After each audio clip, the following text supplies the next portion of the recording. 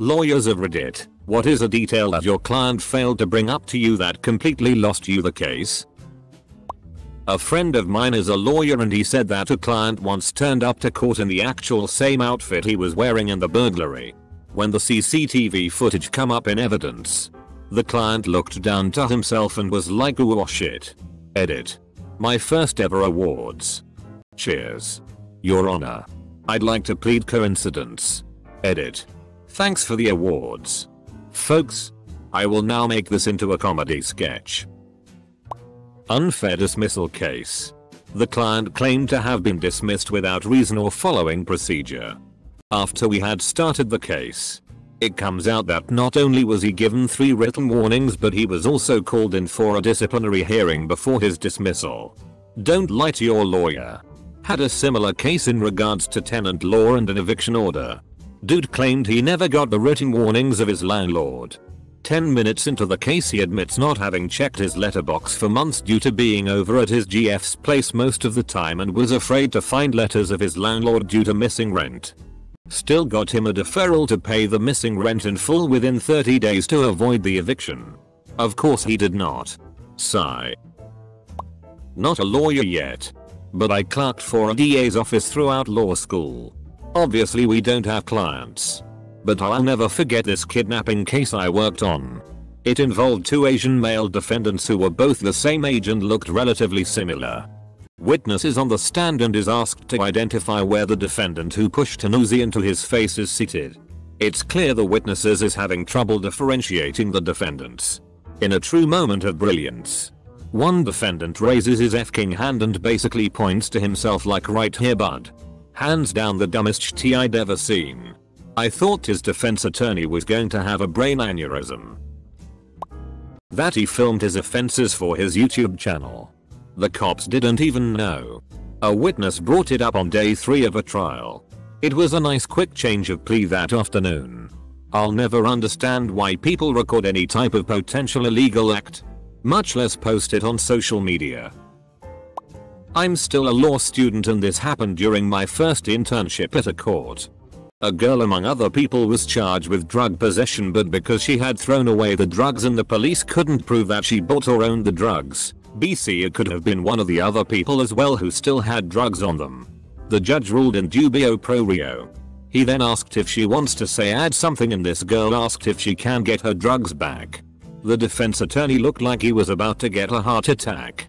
Edit. For those wondering, I know what in dubio pro reo means, but I wasn't sure if they use the term in other countries and tried to explain it if not. This happened in Germany. Client in family law matter lied to me about using meth.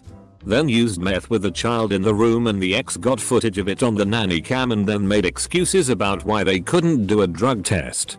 Then blamed me when they lost custody. Despite the fact that they didn't show up to appointments or return my calls, so I couldn't prepare any court material. I dumped the client after that and left family law. A defendant was written a cell phone ticket while driving and defended himself. Your Honor, I was not using a smartphone while driving. I was actually using a flip phone. Double quote. Guilty. I'm a public defender in an area with lots of meth use. Meth makes most people talk. A lot. So I can't tell you how many clients forget to mention that they got to the jail still high and called their mom girlfriend buddy on the recorded jail phone and not only confessed to the crime, but also brainstormed whatever alibi or version of events I'm relying on to defend them. Edit. I'm seeing this question a lot, so I'll add some info here. This is not legal advice.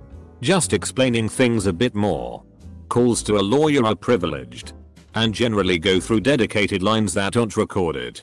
Depending on the facility.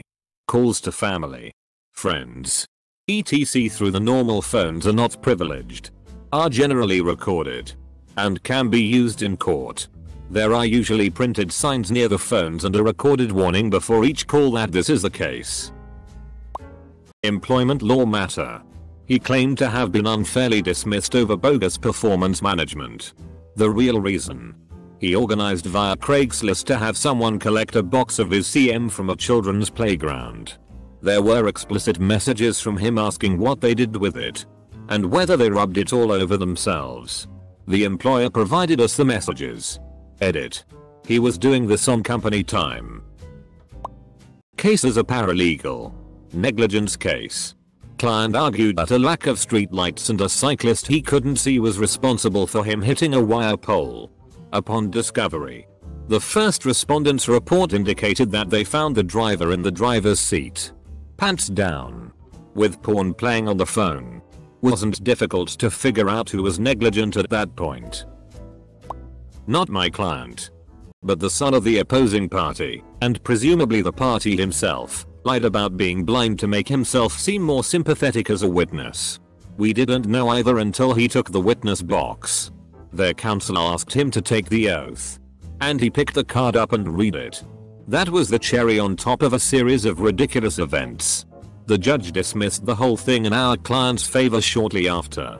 I was a trainee at the time, but my boss, who was in her late 60s then, said it was the most ridiculous case she'd ever handled.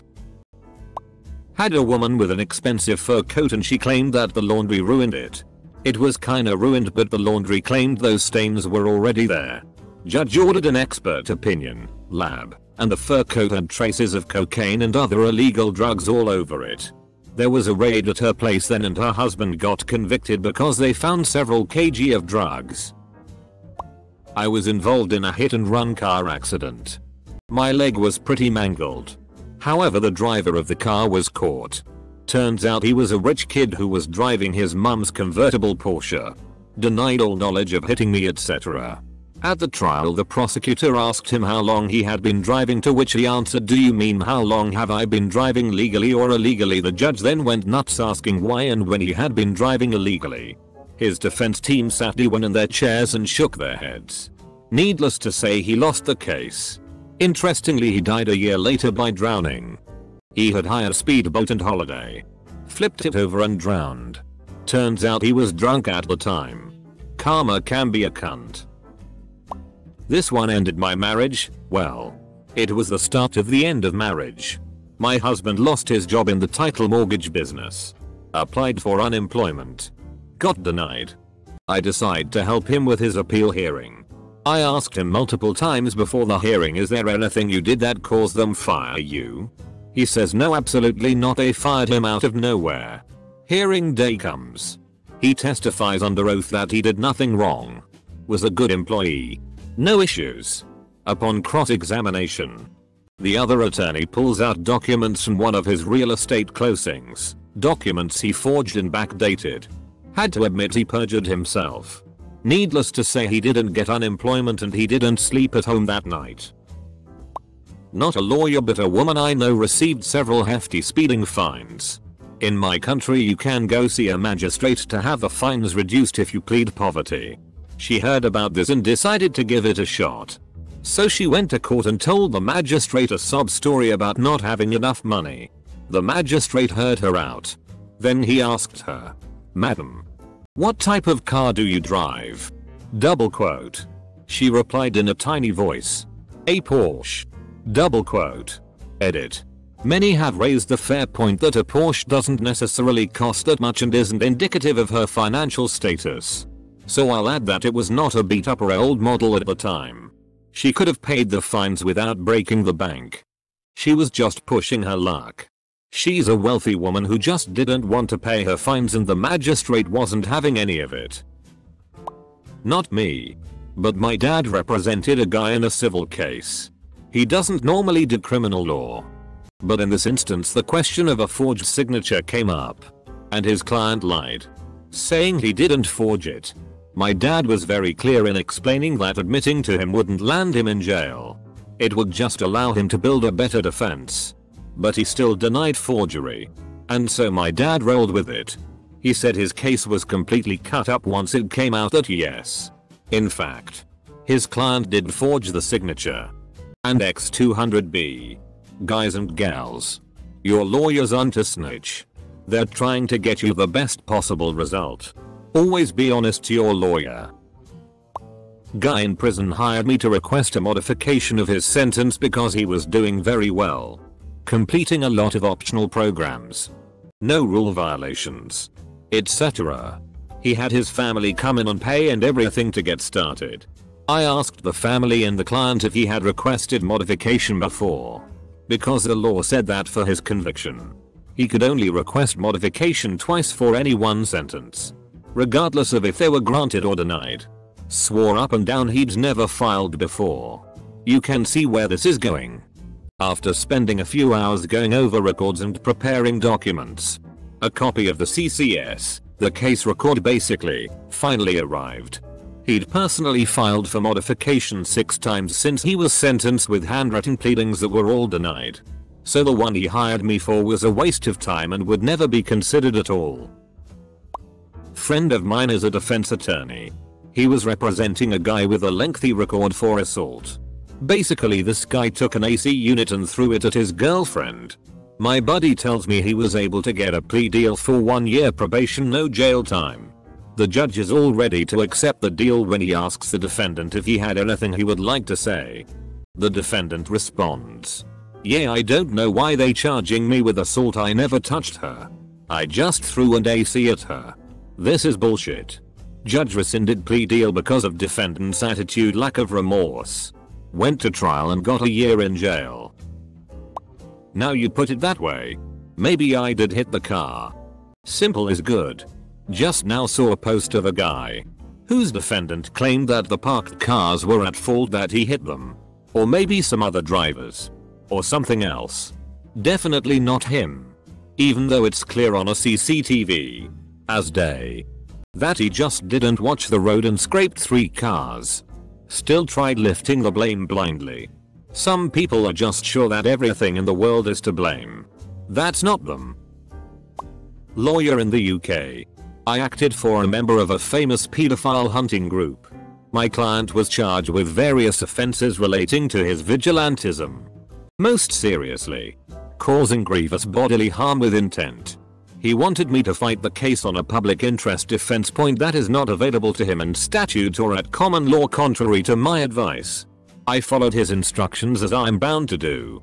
If the state won't punish pedophiles properly, then it's left to men like my clients to take the law into their own hands. A horseshit argument for a whole host of reasons. His laptop was seized by police and submitted for forensic examination. He had a staggeringly huge database of child pornography on it. He himself was a massive pedo. Edit. Spelling. Edit 2. Spelling again. My father is a judge. I remember him talking about a case where a woman was suing for a severe back injury that she said was preventing her from working and taking care of her kids and so on.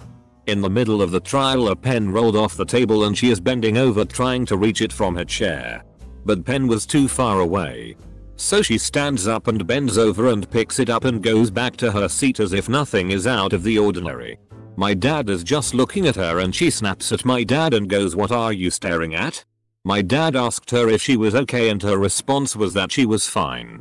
Her attorney leaned over and said something to her and she then loudly started complaining about her back and how much her back hurt, but no one believed her, lol. Not me, but my legal studies teacher who used to be a lawyer was representing a woman suing a supermarket for a slip that caused her to hurt her shoulder. She had to tell the court how much it had impacted life and the fact that she couldn't do her everyday tasks. She said, "I can't even lift my arms like this to hang the washing," and proceeded to show the court the exact gesture in perfect form that she was explaining she couldn't do. Apostrophe. A postcard. While I was in law school, I worked in a state AG office. Administrative Appeals Division. Guy was appealing a huge tax bill for unpaid tax on his dairy farm's milk production. His entire defense and claimed basis for appeal was that he had zero notice of the requirements to report production, sale and proceeds. In initial disclosures, pile of discovery was a postcard from the state tax office from when he initially registered to obtain a state tax number. Very smart AAG laid low. Sprung it on the guy after he has cemented his position 50 ways to Sunday. Exploded his whole theory, resulting in big judgment. Moral. Read your own discovery responses and document production before building your entire theory of the case. One piece of paper can kill your client's position. This lesson has saved my bacon in 27 years of practice for sure. Credit card theft fraud case. When I was a young lawyer back in the late 80s, I was trying this guy on a CC case and the witness was the department store clerk. Before video surveillance, the state relied heavily on witness identification. As she described the customer that was purchasing the very unique clothing her store sold, I asked her how could she be so sure it was my client. She looked at my client, who was wearing the most obnoxiously yellow shirt imaginable, and said, because not only does he completely match the description I just gave you, but he's wearing the exact same shirt I sold him. The jury convicted him and I learned that day to better prepare my clients for trial. He sent a photo of his wife's beaten face to his wife with a message saying something along the lines of this: "Do you want this to happen again?" Double quote. He came across very well in court up to that point, but his mask slipped when that came out. Yay, sounds like someone I know. He can keep the mask on for a while, but it starts to slip when his perceived world isn't reality. When I was an intern at court, I was watching a battery trial with another intern. The defendant was asked if he can remember how many people were present when he beat up the other guy. He then points at my fellow intern and says rather loudly, "She was there but she didn't see anything. Don't trust her." Of course she wasn't there and the defendant was found guilty. A buddy of mine case as a public defender. A gal was busted on drug charges and told him she didn't have any drugs on her when they arrested her. He thought, okay, we'll use that. Turns out she didn't have any drugs on her when they arrested her because she just sold them to an undercover cop.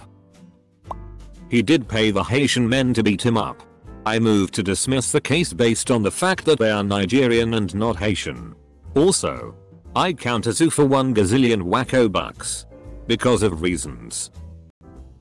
My client was the defendant in a marijuana trial. At one point while she was testifying, I noticed the jury looking down at her legs and feet. She had a tattoo of as marijuana leaf on her ankle. This was the 1980s. She had always wear pants to my office. She wore a dress to court. Guilty. Had a client charged with reckless driving for going 200 miles an hour with his pregnant girlfriend in the car. Dude showed up to court with a shirt that had a huge logo of Acme Racing on it. It was years ago and I can't remember the actual name of the racing team. Another client showed up in court very nicely dressed and had even ironed his jeans. But the jeans had giant marijuana leaves all down the front. At least he wasn't there for a drug case. Over my summer internship, I helped with trying to get some evidence admitted. The evidence was recorded audio of mental abuse over the phone, daughter talking to father. Lawyer spent a while trying to show there was no expectation of privacy for the conversation. Client went on stand and the first thing she said regarding the audio tape was that she always stays as far away from her daughter and lets the daughter lock her bedroom door, so that their conversation has the utmost privacy. It wasn't admitted, lol. Something opposite but worth telling. Years ago, I assisted an attorney whose client was caught in a drug sting operation. After meticulous review of the discovery info received, the officer who typed the arrest report failed to include that defendant, who was charged with possession of controlled substance, ever had possession of controlled substance. Guy was out that same day for time already served. Unfair dismissal case. My client claimed to have been unfairly dismissed from her accounting job due to poor performance. Her story was that they were just racist bullies. It turns out that she was running her own private accounting business with her own clients at her employer's premises during working hours, using their facilities. Her argument, when confronted with this fact, was that her clients would never have given her employer their business anyway. I actually did get her a small settlement because they didn't follow proper procedure when firing her, which is why I didn't know about the real reason for firing her. But it was peanuts compared to what she would have deserved if her story wasn't bullshit. I heard of a guy trying to appeal his disability benefit being revoked. He was supposedly a paraplegic, but the opposition had over 10 minutes of video footage of him walking, running and even jumping over a fence. After the 1 minute mark, the judge said, "Okay, I've seen enough. Please leave." Double quote. This is not my story, but it happened while I was in court waiting to be heard on a different matter. A man in his 70s had sued his wife, 50s, due to physical abuse. Apparently she had thrown hot water at him and he had burn scars on his chest and hand. The wife claimed that it was a fight where both parties were to blame and he had hit her first. The judge asked him if he had indeed hit her first, not wanting to incriminate himself. The man answered it is possible. Cue the whole courtroom having a good laugh. They were sent to couples counseling, but they definitely seemed like an interesting couple. My house was robbed. In addition to all the stuff the thief took, he also stole a bunch of my suits and all of my neckties. I had a big collection, like 100 or so. However, the thief left fingerprints on a hard plastic box that I kept spare change in. Fast forward 3 months. The thief is caught in the act of robbing another house in the same neighborhood.